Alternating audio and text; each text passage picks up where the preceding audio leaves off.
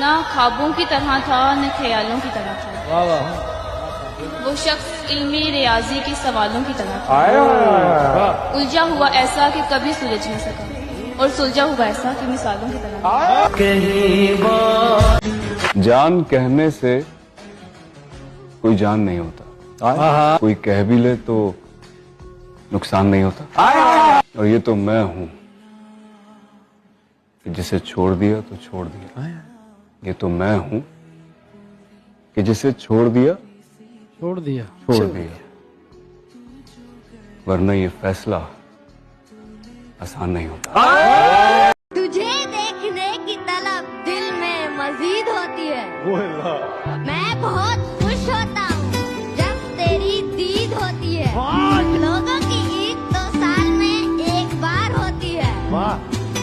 मैं जिस दिन भी आपको देखूं उस दिन मेरी ईद होती है।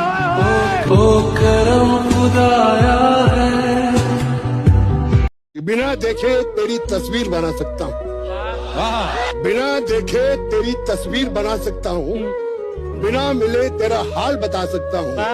अरे मेरी मोहब्बत में इतनी ताकत है कि तेरे आंख के आंसू अपनी आंख से निकल सकते।